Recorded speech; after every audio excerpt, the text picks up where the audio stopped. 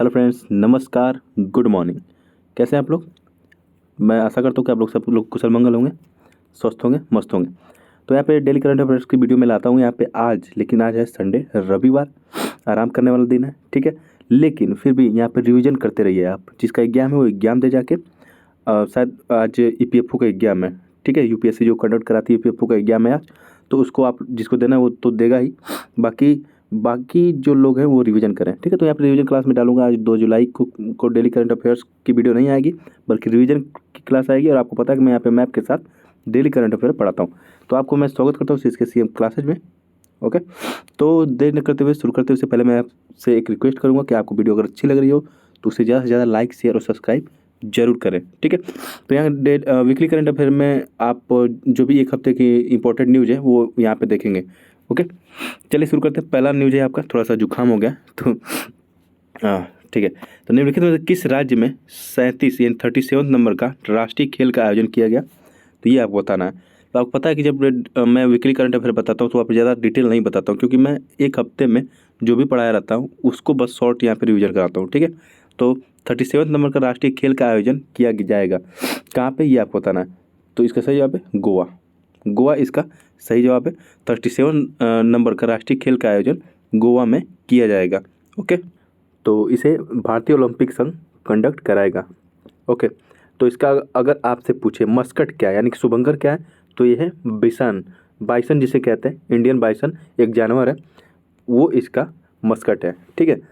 तो यहाँ पे देख लीजिए, सितंबर अक्टूबर में ये गोवा में आयोजित किया जाएगा 2023 में। अभी तो मान लीजिए जुलाई चल रहा है, अगस्त सितंबर अक्टूबर में। और 2024 में ये 38वां जब होगा। ये तो 37 नंबर का है जो इस बार 2023 में होगा। 38 नंबर का जब होगा तो वो उत्तराखंड में होगा 2024 में, ठीक है।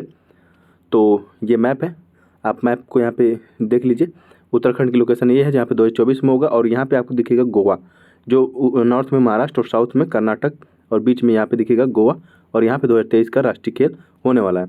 अभी हाल ही में चर्चा में रहा हेलियोपोलिस युद्ध स्मारक कहाँ पर है, ये आपको बताना है। आपको पता है कि प्रधानमंत्री नरेंद्र मोदी अभी गए थे यूएस से, ठीक है। उसके बाद रिटर्न आते समय ये इजिप्ट गए थे, मिस्र। ओके, तो ये काहिरा मिस्र में हेलियोपोलिस युद्ध स्मारक आपको देखने को मिलेगा।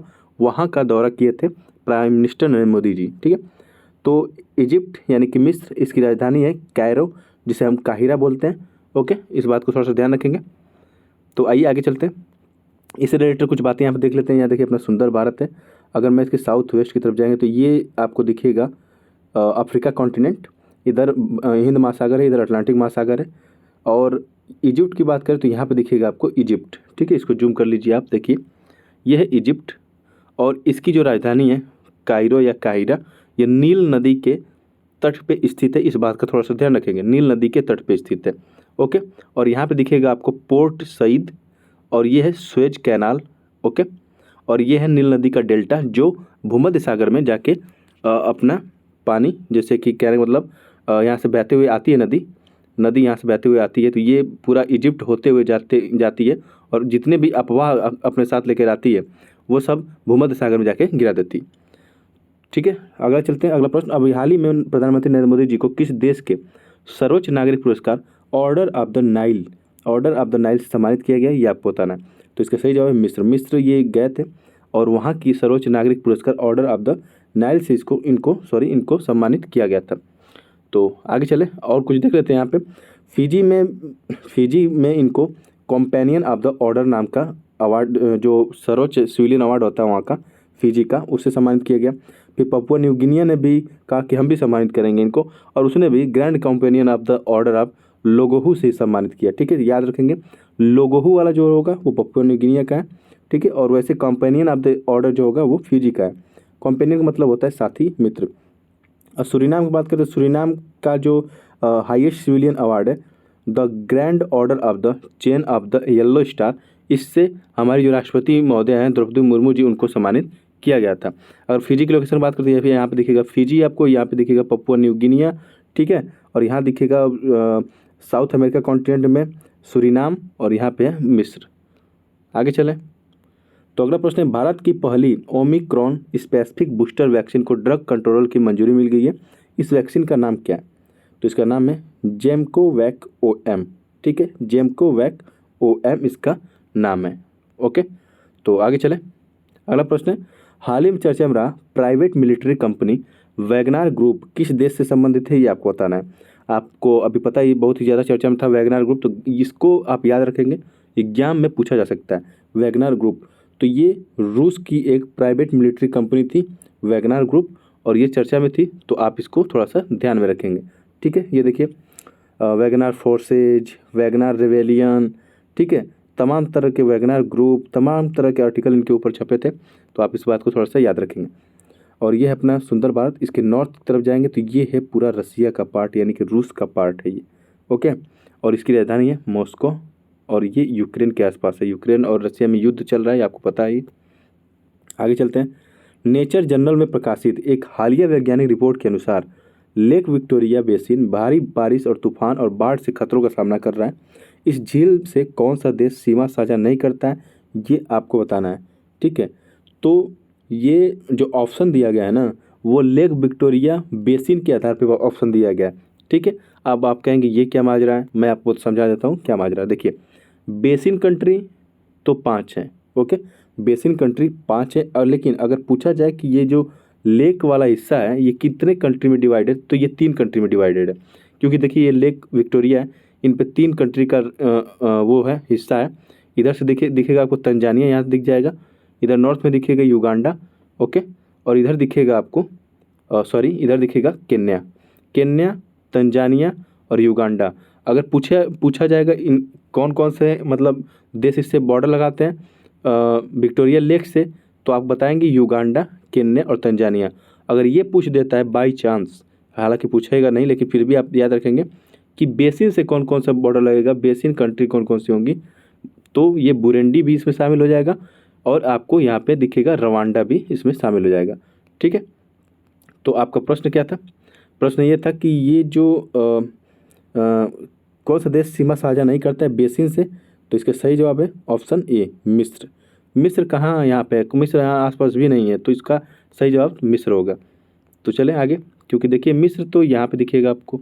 ओके, और ये ग्रेट जो लेक विक्टोरिया है ये यहाँ पे है, मिस्र से कोई लेना देना ही नहीं है।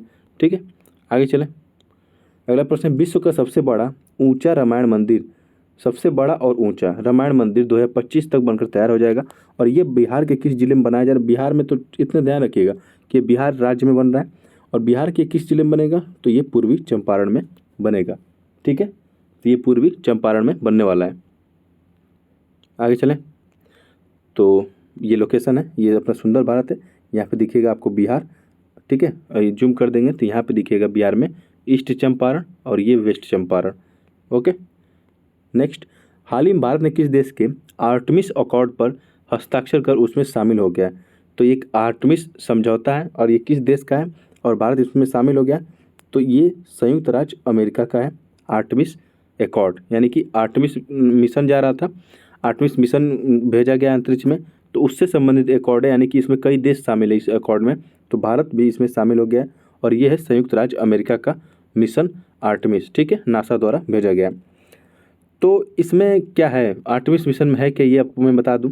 आर्टमिस मिशन का लक्ष्य है कि ज़्यादा से ज़्यादा लोगों को, नागरिकों को यहाँ पे चंद्रमा पे बसाना। ठीक है, ये है सन यानी कि सूर्य, और ये है अपनी सुंदर पृथ्वी। ठीक है, और यहाँ पे दिखेगा आपको चंद्रमा जो इसका चक्कर लगाता रहता है पृथ्वी का। ठीक है, तो चंद्रमा पे पहले पृथ्वी से चंद्रमा पे लोगों को भेजा जाएगा, उसके बाद जब यहाँ पे कुछ रिसर्चर यहाँ पहुँच जाएंगे, कुछ लेबोरेटरी यहाँ पे बन जाएगी, तो यहाँ से सीधे लोगों को मार्स पे भेजा जाएगा। ठीक है, यानी कि चंद्रमा से मार्स की दूरी थोड़ा नज़दीक होगी, और डायरेक्ट पृथ्वी से नहीं आना पड़ेगा, आप चले जाएंगे चंद्रमा पे, चंद्रमा से सीधे मार्स पे। ठीक है, तो आर्टेमिस मिशन को याद रखिएगा, चंद्रमा पे भेज के लोगों को सुरक्षित वापस ले आने का मिशन है। अभी हाल ही में किस सागर को पार कर यूरोप जाते समय नाव पलटने से कई प्रवासियों की मृत्यु हो गई है? अभी आंकड़ा साफ नहीं हुआ था कि कितने लोग मृत्यु हुए, लेकिन ये यूरोप जा रहे थे, तो और वो भी भूमध्य सागर को पार करके।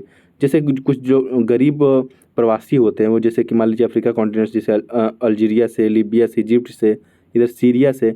ठीक है, तो ये जब यूरोप जाते हैं तो ये भूमध्य सागर को क्रॉस करके ही जाते हैं। ठीक है, तो इसी में तूफानी बारिश हुई और वहाँ पे नाव पलट गई। ठीक है, उसमें बहुत ही लोगों की मृत्यु हो गई, तो इस बात को याद रखेंगे, भूमध्य सागर की बात हो रही थी।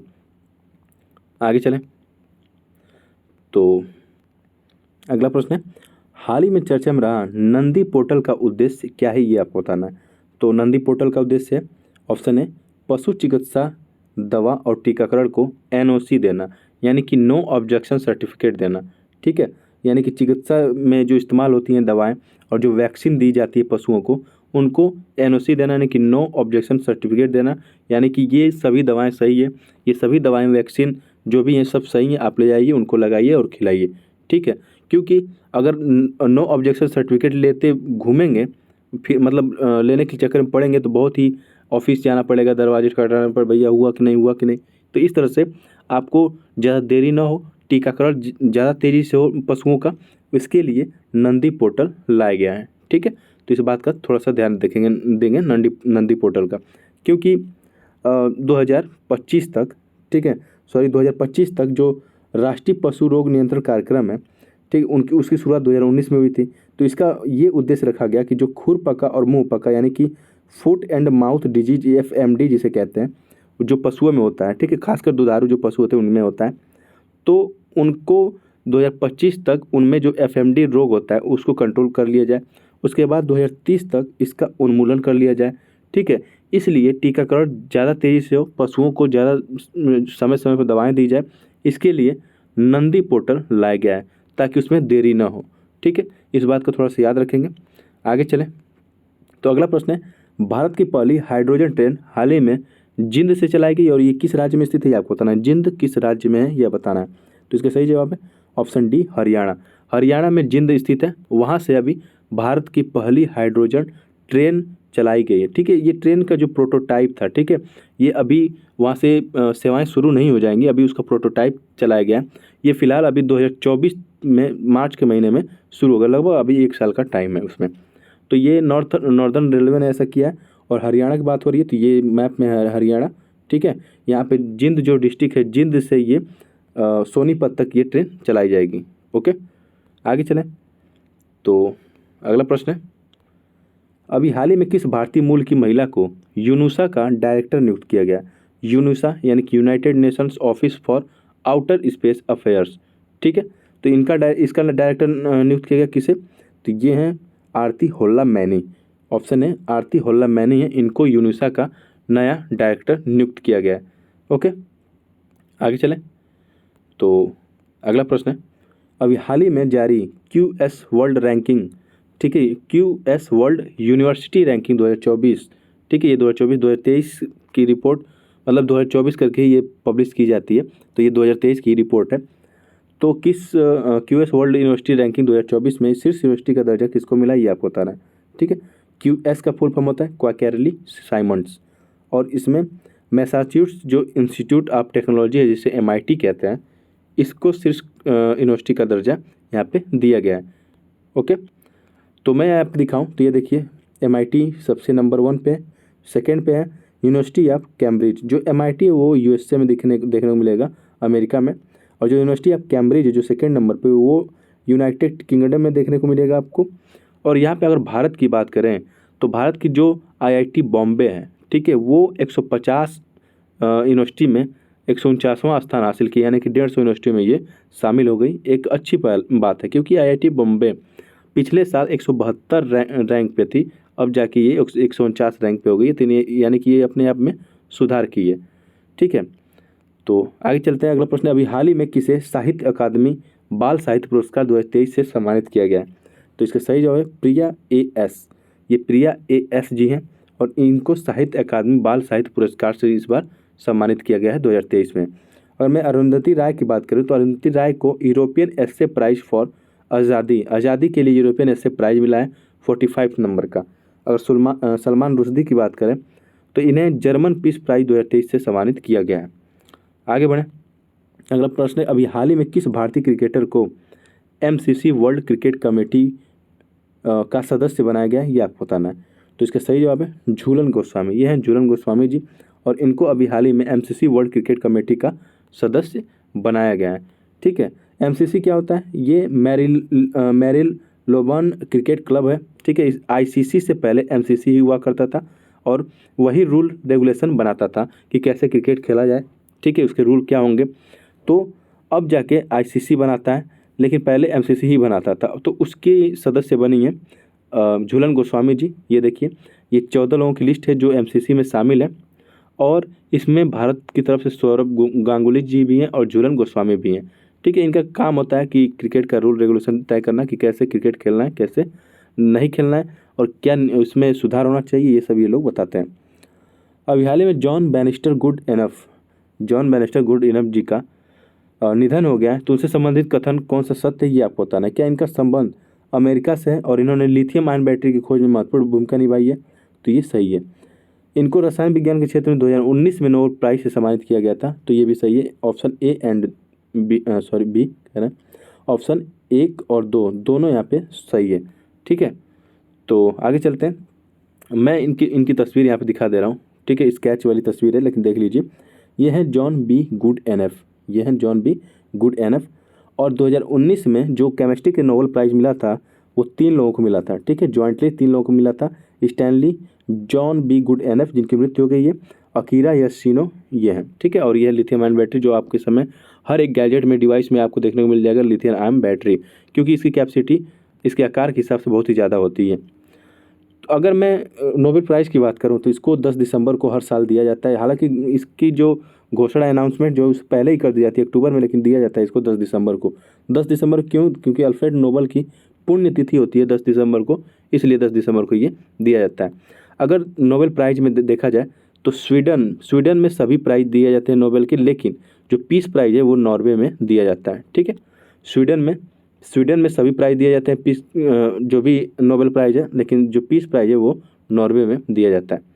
आगे चलें, तो अगला प्रश्न जाने से पहले मैं आपको बता देता हूँ यहाँ पे जो 2022 में नोबेल प्राइज़ मिला था उनको, फिजिक्स में 3 लोगों को, केमिस्ट्री में 3 लोगों को, इकोनॉमी में 3 लोगों को, और पीस के लिए 3 लोगों को दिया गया था। 2 संस्थाएं थी, एक एलिस बिलियास्की थे रूस के, और फिर लिटरेचर में एनले एरनॉक्स को दिया गया था, और इधर मेडिसिन के क्षेत्र में स्वांटे पाबो को दिया गया था।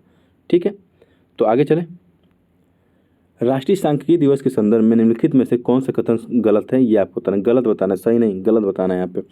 ये हर साल 20 अक्टूबर को मनाया जाता है? नहीं, 20 अक्टूबर को हर साल विश्व सांख्यिकी दिवस मनाया जाता है। वो भी ये हर साल नहीं, वो भी ये 5 साल पे मनाया जाता है विश्व सांख्यिकी दिवस 20 अक्टूबर को, यानी कि पहला कथन गलत है।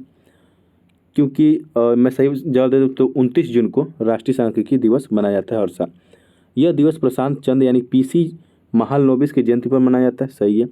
विषय जो है इस बार की जो थीम है, सतत विकास लक्ष्यों की निगरानी के लिए राष्ट्रीय संकेतक यानी नेशनल जो डाटा है उसको, और जो स्टेट लेवल का डाटा है उन लोगों को उनकी पहचान करना। ठीक है, तो ऑप्शन 2 और 3 तो सही है, लेकिन ऑप्शन ए 1 जो है वो गलत है। तो इसका सही जवाब है ओनली वन यहाँ पर गलत है, क्योंकि गलत क्वेश्चन पूछा है। ठीक है, तो आगे चलते हैं। मैं इनसे रिलेटेड कुछ और बातें यहाँ बता देता हूँ। देखिए, जो पीसी महालनोबिस थे उन्होंने 1932 में भारतीय सांख्यिकी संस्थान कोलकाता में इसकी स्थापना किए थे। ठीक है, उसके साथ ही साथ राष्ट्रीय नमूना सर्वेक्षण की भी इन्होंने स्थापना किया था। साथ ही साथ केंद्रीय सांख्यिकी संगठन का भी इन्होंने स्थापना किया था। ठीक है, आगे चलें। अभी हाल ही में अपराधियों को कम समय में सजा दिलाने के लिए ऑपरेशन कन्विक्शन किस राज्य सरकार द्वारा शुरू किया गया? तो ऑपरेशन कन्विक्शन अभी उत्तर प्रदेश राज्य सरकार द्वारा ऑपरेशन कन्विक्शन शुरू किया गया। इस बात का थोड़ा सा ध्यान रखेंगे। इसमें क्या किया जाएगा कि जो बहुत ही गंभीर अपराध हैं उनको पहचान कर, ठीक है, उनकी पहचान कर जल्दी से जल्दी जो भी आरोपी है उसको सज़ा दिलाना यहाँ पे। ठीक है, 3 दिन में क्या होगा, चार्जशीट फ्रेम कर लिया जाएगा। उसके बाद 30 दिन के अंदर ये ट्रायल करके उसको सज़ा दे दी जाएगी। ठीक है, जैसे गंभीर अपराध क्या हो गया, हत्या, बलात्कार, गौ हत्या, ठीक है, धर्म परिवर्तन को भी जोड़ दिया गया है इसमें।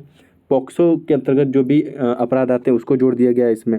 ठीक है, तो ऑपरेशन कन्विक्शन आप याद रखेंगे, उत्तर प्रदेश सरकार द्वारा अभी लाया गया जल्दी से जल्दी अपराधी को सजा दिलाने के लिए। ओके, आगे बढ़ते हैं।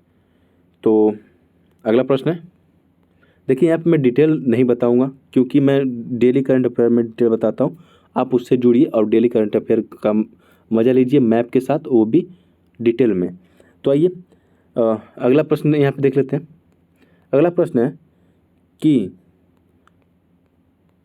Raw hitman the real story agent Lima पुस्तक के लेखक कौन है, ये आपको बताना है। तो इसका सही जवाब है हुसैन जैदी। हुसैन जैदी ने इस पुस्तक को लिखा है, ठीक है। और बाकी जो डॉक्टर कर्ण सिंह हैं उन्होंने मुंडक उपनिषद द ब्रिज टू इमॉर्टैलिटी लिखा है। अनुराग बेहर ने a matter of the heart education in India लिखा है। Doctor M.A. हसन ने युद्ध और महिलाएं ये किताब लिखी हैं, ठीक है। और हुसैन जैदी ने लिखे हैं raw hitman the real story of agent Lima. Okay, तो ये कमांडो हैं जिनका नाम है लकी बीस्ट, इनके ऊपर ये किताब लिखी गई है हुसैन जैदी द्वारा, ठीक है। आगे चलते हैं। अभी हाल ही में जारी ऊर्जा संक्रमण सूचकांक 2023 के संदर्भ में सत्य कथन की पहचान करिए। इस सूचकांक वर्ल्ड इकोनॉमिक फोरम द्वारा जारी किया गया, सही है। इस बार भारत की रैंक 67 नंबर है, ये भी सही है यहाँ पे, ठीक है। ऑप्शन ए यानी कि 1 और 2 दोनों यहाँ पे सही है। आगे चलें, यहाँ पे देखिए स्वीडन टॉप पे है, सेकंड नंबर पे डेनमार्क है, थर्ड नंबर पे नॉर्वे है, ओके। और 67 नंबर पे इस बार भारत है। तो यहाँ पे देख लीजिए ये स्वीडन की लोकेशन है, ये नॉर्वे की, ठीक है। यहाँ पे डेनमार्क आपको दिखाई देगा। आगे चलते हैं, कुछ और इंडेक्स देखिए WEF यानी वर्ल्ड इकोनॉमिक फोरम की बात आई है। तो वर्ल्ड इकोनॉमिक फोरम यानी कि विश्व आर्थिक मंच द्वारा कौन कौन सी और रिपोर्ट जारी की जाती है? Global gender gap report, global competitiveness report और global human capital report, travel and tourism competitiveness report और global risk report, inclusive growth and development report, ठीक है। और ये इधर देख लीजिए एशिया पावर इंडेक्स 2023 में भारत की रैंक है 4, ग्लोबल फायर पावर इंडेक्स 2023 में भारत की रैंक है 4, जलवायु परिवर्तन प्रदर्शन सूचकांक 2023 में भारत की रैंक है 8, विश्व आर्थिक स्वतंत्रता सूचकांक 2023 में भारत की रैंक है 131 और विश्व खुशहाली सूचकांक 2023 में भारत की रैंक है 126। नेक्स्ट, अभी हाल ही में खर्ची या खार्ची कह सकते हैं पूजा त्यौहार का शुभारंभ किस राज्य सरकार द्वारा किया गया, ये आपको बताना है। तो इसका सही जवाब है त्रिपुरा। त्रिपुरा में अभी खार्ची पूजा त्यौहार मनाया जा रहा था, ठीक है। तो यहाँ पे जो खार्ची ख्या जो होता है, शुरू का जो वर्ड है ख्या, उसका अर्थ होता है पृथ्वी, ठीक है। और पृथ्वी की यहाँ पे पूजा की जाती है इस त्यौहार में। और त्रिपुरा की बात की जा रही है तो ये है अब नॉर्थ ईस्ट का मैप, और यहाँ पे दिखेगा आपको त्रिपुरा। त्रिपुरा को बांग्लादेश ने 3 तरफ से घेर रखा है, ठीक है। यानी कि 3 तरफ से ये बांग्लादेश से बाउंड्री बनाता है त्रिपुरा, और इधर आपसे दिखेगा असम से बाउंड्री बनाते हुए। आगे चलें, तो अगला प्रश्न है, अभी हाल ही में ये तो हो गया खर्ची पूजा, ठीक है। और तोरागी उत्सव पूछे तो ये अरुणाचल प्रदेश संबंधित है, और ऑरेंज फेस्टिवल पूछे तो ये नागालैंड संबंधित है। असम में अंबुबाची मेला और बैखो त्यौहार लगता है। अगला प्रश्न, अभी हाल ही में चेन्नई स्थित रजिस्ट्री द्वारा उत्तर प्रदेश के किन उत्पादों को भौगोलिक संकेतक प्रदान किया गया है, ठीक है। भौगोलिक संकेतक यानी GI टैग की बात की जा रही है, जियोग्राफिकल इंडिकेशन की बात की जा रही है। तो ऑप्शन जैसे अमरोहा का क्या ढोलक है, सही है। बाराबंकी हथकरघा है, ये भी सही है। महोबा गौरा पत्थर हस्तशिल्प है, ये भी सही है, ठीक है। तो ऑप्शन ए यानी कि 1 2 3 यहाँ पे तीनों कथन यहाँ पे सत्य है। और यहाँ पे देख लीजिए जो उत्तर प्रदेश है, उत्तर प्रदेश की लोकेशन ये है, ठीक है। उत्तर प्रदेश की लोकेशन यहाँ पे आपको दिखाई देगी। और यहाँ पे मैं दिखा दूँ कि अभी देखिए जो बाराबंकी है, बाराबंकी से हैंडलूम प्रोडक्ट को शामिल किया गया है, ठीक है। और यहाँ पे आप आ जाएंगे संभल में, तो संभल से हॉर्न क्रॉफ्ट को शामिल किया गया। और यहाँ पे आप आ जाएंगे ज्योतिबा फूले नगर, ठीक है। तो यहाँ जिसको अमरोहा बोलते हैं, यहाँ से ढोलक को शामिल किया गया। और बागपत यहाँ दिखेगा आपको, तो बागपत से होम फर्निशिंग को शामिल किया गया। और यहाँ पे आपको मैनपुरी दिखेगा, मैनपुरी से तारकसी को शामिल किया गया। और यहाँ पे कालपी दिखेगा, यानी कि जालौन में दिखता है कालपी, वहाँ से हस्त निर्मित कागज और गौरा पत्थर महोबा से शामिल किया गया है, ठीक है। आइए अगला प्रश्न देखते हैं। तो अगला प्रश्न है कि अभी हाल ही में हेमिस महोत्सव, ठीक है, हेमिस महोत्सव कहाँ मनाया गया, तो इसका सही जवाब है लद्दाख। लद्दाख में अभी हेमिस महोत्सव मनाया गया है, ठीक है। तो हेमिस महोत्सव में होता क्या है, ये देखिए मास्क पहन के लोग डांस करते हैं, बहुत से रंग बिरंगे कपड़े यहाँ पे पहन रहते हैं। और इस डांस को चाम नृत्य कहते हैं, ठीक है, चाम नृत्य कहते हैं। और हेमिस मठ पूछे तो ये भी आपको दिखेगा लद्दाख में ही, ओके। तो ये हेमिस महोत्सव है और ये लद्दाख में होता है। तो ये मैप में मैं आपको दिखा दे रहा हूँ, ये अपना सुंदर भारत है। और इधर जाएंगे तो अब ये एरिया जो है पूरा ये लद्दाख का है, और इधर जम्मू कश्मीर है, ठीक है। और इधर से अगर मैं यहाँ कट करूँ तो इधर दिखेगा POK और यहीं पे दिखेगा आपको अक्साई चीन। तो यहाँ पे लद्दाख में एक और फेस्टिवल मनाया जाता है जिसे लोसार कहते हैं। और यहाँ पे सिक्किम में एक फेस्टिवल मनाया जाता है जिसे लोसांग कहते हैं। तो लोसांग सिक्किम में और लोसार यहाँ पे लद्दाख में, ठीक है। अब हाल ही में किसने सीनियर महिला राष्ट्रीय फुटबॉल चैंपियनशिप जीती है? तो इसका सही जवाब तमिलनाडु। तमिलनाडु ने हरियाणा को हरा के ये चैंपियनशिप जीती है और इसका जो आयोजन है वो पंजाब के अमृतसर स्थित गुरु नानक स्टेडियम में किया गया था, ठीक है। तो आगे चलते हैं। यहाँ देखिए फुटबॉल की बात चल रही है, तो फुटबॉल में 11 प्लेयर होते हैं, इस बात को थोड़ा सा आप ध्यान रखेंगे, ओके। नेक्स्ट, अब हाल ही में कौन सा राज्य वन टैप वन ट्री अभियान शुरू किया है? वन टैप वन ट्री, ठीक है, यानी कि वन टैप कहने का मतलब ये नल जल की बात हो रही है, नल की जल की बात हो रही है। टैप मतलब होता है नल, क्योंकि अभी कहीं भी जाएंगे तो वहाँ पे बोलते हैं टैप वाटर दो भाई, टैप वाटर पीना है, यानी कि नल का पानी पीना है, ठीक है। तो one tap one tree, okay. तो इसका सही जवाब है Uttar Pradesh. One tap one tree अभियान उत्तर प्रदेश में शुरू किया गया। आप यानी कि हर घर जो नल लगाया जा रहा है उसके साथ एक सरकार द्वारा एक पेड़ का पौधा भी दिया जाएगा जिसको आप लगा सकते हैं, ठीक है। इससे उत्तर प्रदेश सरकार क्या करना चाहती है? क्योंकि उत्तर प्रदेश सरकार का टारगेट है कि 2030 तक हमें 15% तक फॉरेस्ट कवर बढ़ाना है, ठीक है। अभी 9.23% है, तो 15% तक करने के लिए इस तरह की योजनाएं तो लानी ही पड़ेगी, ठीक है। तो इस बात का थोड़ा सा ध्यान रखेंगे। ये उत्तर प्रदेश की सरकार की योजना है और यह है मैप में उत्तर प्रदेश। आगे चलें तो ये आपका अगला प्रश्न कि नेशनल रिसर्च फाउंडेशन यानी कि NRF जिसे बोलते हैं बिल 2023 संसद के मानसून सत्र में पेश किया जाएगा। इसके संदर्भ में लिखित कथनों में से कौन सा सत्य है, ये आपको बताना है। तो क्या इसके प्रधान अध्यक्ष प्रधानमंत्री नरेंद्र मोदी होंगे, यानी जो प्रधानमंत्री वो होगा, सही है। इसमें 5 वर्षों में 50,000 करोड़ रुपए खर्च किए जाएंगे, ये भी सही है। इसके तहत देश में अनुसंधान यानी रिसर्च और विकास यानी कि डेवलपमेंट को बढ़ावा दिया जाएगा, तो ये भी सही है। ऑप्शन ए यानी कि 1 2 3 तीनों कथन यहाँ पे आपको सही नजर आएंगे। ये मानसून सत्र में होगा, तो सत्र में बता दूं भारत में कि संसद में 3 सत्र महत्वपूर्ण रूप से चलते हैं। एक तो बजट सत्र होता है जो आपको फरवरी से लेकर मई तक देखने को मिलेगा, और एक होता है मानसून सत्र जो अब चलने वाला है, जुलाई से लेकर अगस्त तक चलेगा, ठीक है। और एक होता है शीतकालीन सत्र जो नवंबर से लेकर दिसंबर तक चलता है, ठीक। आगे चलें तो अगला प्रश्न है, हाल ही में किस देश ने विदेशी श्रमिकों के लिए डिजिटल खानाबदोश रणनीति, ओके, डिजिटल नोमैड स्ट्रेटजी इसे कहते हैं, शुरू की है? तो इसका सही जवाब है कनाडा। कनाडा ने ये शुरू किया, और क्यों शुरू किया है आपको पता चल जाएगा, ये देख लीजिए। Canada does not have enough workers, वहाँ पे स्किल्ड वर्कर नहीं है, और अब भारत में इतनी बेरोजगारी दिख रही है आपको। ये लोग क्या कर रहे हैं, ऑनलाइन माध्यम से लोगों को अपने पास बुला रहे हैं, कह रहे हैं आइए मैं आपको नौकरी दूंगा, ठीक है। तो डिजिटल खानाबदोश रणनीति शुरू की है किस देश ने? तो कनाडा ने ऐसा करना शुरू किया, ठीक है। ये सब मैं डिटेल में बता चुका हूँ, आप ये सब देख लेंगे, और मैं डेली करंट अफेयर बताता हूँ वहाँ पे डिटेल में, तो आप प्लीज़ उससे जुड़ें और ज़्यादा से ज़्यादा चैनल को लाइक शेयर और सब्सक्राइब करते रहें। Chief justice of India DY Chandrachud ने किस राज्य और केंद्र शासित प्रदेश के उच्च न्यायालय के नए परिसर की आधारशिला रखी है? ठीक है, कोई नया हाईकोर्ट नहीं बन रहा है, बल्कि उसके परिसर एक नए जगह बनाया जा रहा है, ठीक है। तो इसका सही जवाब है जम्मू कश्मीर और लद्दाख के हाईकोर्ट की बात चल रही है। एक नया परिसर बनाया जाएगा जम्मू कश्मीर के रायका में, ठीक है।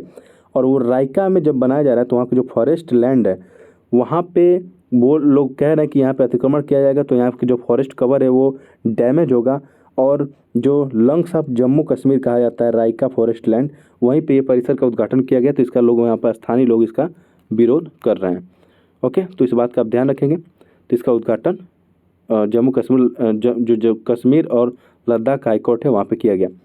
चर्चा में रहा PM प्रणाम योजना का उद्देश्य क्या है, ये आपको बताना है। तो इसका सही जवाब है वैकल्पिक ऊर्जा को बढ़ावा देना। ये गलत है, क्योंकि वैकल्पिक उर्वरक को बढ़ावा देना होना चाहिए, ठीक है। तो वैकल्पिक उर्वरक को बढ़ावा देने के लिए PM प्रणाम स्कीम यहाँ पे लाई गई थी, ओके। PM प्रणाम का पूर्व हम बात करें तो prime minister promotion of alternative nutrients for agriculture management scheme, इसका ये फुल फॉर्म होता है। और इसकी जो है घोषणा बजट 2023 में निर्मला सीतारमण द्वारा यहाँ पे कर दी गई थी। यानी कि कहने का मतलब ये है कि इस स्कीम का लक्ष्य ये है कि केमिकल जो फर्टिलाइज़र हैं उनको कम से कम करके बायो फर्टिलाइज़र को यहाँ पे बढ़ावा देना है विकल्प के तौर पे, ठीक है। तो आगे चले, अगला प्रश्न है यूनेस्को के विश्व धरोहर स्थल की प्रदर्शनी रैंकिंग ऑन वर्ल्ड हेरिटेज का आयोजन कहाँ किया जा रहा है, ये आपको बताना। इसका सही जवाब नई दिल्ली। इसका आयोजन नई दिल्ली में किया जा रहा है, और इसमें क्या किया जाएगा, जो आप देखते हैं बैंक नोट पे जो धरोहर होती है उनकी तस्वीर यहाँ पे चिपकाई जाती है, क्या जाती है, छापी जाती है। तो ऐसे नोटों को यहाँ पे एग्जीबिशन के लिए यानी प्रदर्शनी के लिए रखा जाएगा। और ऐसा कहाँ किया जा रहा है, तो ये नई दिल्ली में किया जा रहा है। ठीक है, तो अगर यूनेस्को की बात हो रही है तो यूनेस्को साइट भारत में अभी 40 यूनेस्को साइट हैं भारत में। ओके, और यूनेस्को का फुल फॉर्म होता है United Nation Educational Scientific and Cultural Organization. इसकी स्थापना हुई थी 1945 में और इसका हेडक्वार्टर आपको देखने को मिलेगा पेरिस, फ्रांस में। आगे अगला प्रश्न है कि नई दिल्ली में स्थापित उत्प्रेरक केंद्र का संबंध किससे है। तो उत्प्रेरक केंद्र का संबंध उद्योगों में स्वच्छ टेक्नोलॉजी को बढ़ावा देने से। उद्योगों में स्वच्छ टेक्नोलॉजी यानी कि सही तरीके से टेक्नोलॉजी का मतलब स्वच्छ टेक्नोलॉजी का मतलब ये है कि ज़्यादा एमिशन करके आप टेक्नोलॉजी का इस्तेमाल न करें, और टेक्नोलॉजी का इस्तेमाल कर रहे हैं तो वो स्वच्छ होनी चाहिए। ठीक है, तो ऐसा करने के लिए उत्प्रेरक केंद्र बनाया जा रहा है नई दिल्ली में। ओके, तो आगे चलें। अगला प्रश्न है कि हरित हाइड्रोजन पर अंतर्राष्ट्रीय सम्मेलन का आयोजन कहाँ किया जा रहा है, ये आपको बताना है। तो इसका सही जवाब है भारत के नई दिल्ली में हरित हाइड्रोजन पर अंतर्राष्ट्रीय सम्मेलन का आयोजन यहाँ पे किया जा रहा है। ओके, अगर हरित हाइड्रोजन की बात करें तो हाइड्रोजन को निकालने के लिए, क्योंकि हाइड्रोजन ऐसे स्वतंत्र रूप में आपको मिलेगा नहीं, वो किसी न किसी चीज़ में इंक्लूडेड होता है, तो उसको निकालने के लिए अगर आप जो रिसोर्सेज इस्तेमाल कर रहे हैं, अगर वो रिसोर्सेज इस्तेमाल करने के दौरान अगर आप कार्बन डाइऑक्साइड ऐसे ही छोड़ दे रहे हैं वातावरण में, तो उसे आपको तो हाइड्रोजन मिल गया लेकिन वातावरण में कार्बन डाइऑक्साइड चली गई, तो ये ग्रे हाइड्रोजन कहलाएगा। अगर आप क्या करते हैं, थोड़ा सा मशक्क़त करते हैं, थोड़ी सी मेहनत करते हैं, तो आप क्या करेंगे, हाइड्रोजन को पकड़ने के लिए या उसे उत्पादित करने के लिए, उसे प्राप्त करने के लिए आप क्या करेंगे, जिस रिसोर्सेज का इस्तेमाल करेंगे उससे जो कार्बन डाइऑक्साइड मिलेगा उसे कैप्चर करके आप भूमि के अंदर स्टोर कर देंगे, यानी कि पृथ्वी के नीचे स्टोर कर देंगे, तो इसे बोलेंगे ब्लू हाइड्रोजन। लेकिन फिर भी यहाँ पे कार्बन डाइऑक्साइड निकल रहा है, तो इसे बोलेंगे ब्लू हाइड्रोजन। अगर आप हाइड्रोजन प्राप्त करते समय जो रिसोर्सेज इस्तेमाल कर रहे हैं वो भी रिन्यूएबल एनर्जी यानी कि स्वच्छ ईंधन से चलती हो, यानी कि उससे भी कोई प्रदूषण नहीं हो रहा है, वो कोई भी कार्बन एमिशन नहीं हो रहा है और आपको हाइड्रोजन भी मिल जा रहा है, तो उसे हम कहते हैं ग्रीन हाइड्रोजन। उसे हम कहते हैं ग्रीन हाइड्रोजन। हाइड्रोजन की खोज 1766 में हेनरी कैवेंडिश ने की थी और ये ब्रह्मांड में सबसे ज़्यादा मिलने वाला तत्व है हाइड्रोजन। पृथ्वी पे नहीं बता रहा हूँ मैं, ये कह रहा हूँ ब्रह्मांड में सबसे ज़्यादा ये मिलने वाला तत्व है हाइड्रोजन। अगला प्रश्न है, किस राज्य ने स्कूली पाठ्यक्रम में वीर सावरकर पे एक लेसन यानी कि अध्याय शामिल करने की बात कही है, तो इसके सही जवाब है मध्य प्रदेश सरकार ने ऐसा करने के लिए कहा है। मध्य प्रदेश के जो मुख्यमंत्री शिवराज सिंह चौहान, उन्होंने अनाउंसमेंट किया है कि वीर सावरकर जी के ऊपर एक लेसन हमारे स्कूल के पाठ्यक्रम में शामिल होगा, और ये है मध्य प्रदेश की लोकेशन। ठीक है, यहीं पे है कुनो नेशनल पार्क। आगे चलें, तो अगला प्रश्न है आपका कि दिव्य कला मेला का संबंध किस राज्य और केंद्र शासित प्रदेश से, ये आपको बताना है। तो इसका संबंध किसी राज्य और केंद्र शासित प्रदेश से नहीं है, क्योंकि जो दिव्य कला मेला है ये दिव्यांगजनों के लिए लगाया जाता है। और ये मैं जब सर्च कर रहा था तो उसमें मुझे पता चला कि ये एक बार गुवाहाटी में लग चुका है, ये मध्य प्रदेश के इंदौर में लग चुका है, ठीक है, मुंबई में लग चुका है, तो ये अभी जो लगा है ये जयपुर में लगा है, राजस्थान के जयपुर में। ठीक है, दिव्यांगजनों के लिए और हर राज्य इसको प्रमोट करता है, इस बात का ध्यान रखेंगे। किसी ये विशेष राज्य का त्यौहार नहीं है या मेला नहीं है। तो आज के करंट अफेयर में इतना ही, वीकली करंट अफेयर में इतना ही। जो भी चीज़ें अगर छूट रही हो मैं इसको डेली कवर करता जाऊँगा और डेली मैं करंट अफेयर पढ़ाता हूँ मैप के साथ, आप उससे जुड़िए, आपको अच्छा लगेगा, ज़्यादा नॉलेज मिलेगा। तो अगर वीडियो आपको अच्छी लग रही है तो आप ज़्यादा से ज़्यादा लाइक शेयर और सब्सक्राइब करना ना भूलें। थैंक यू, जय हिंद।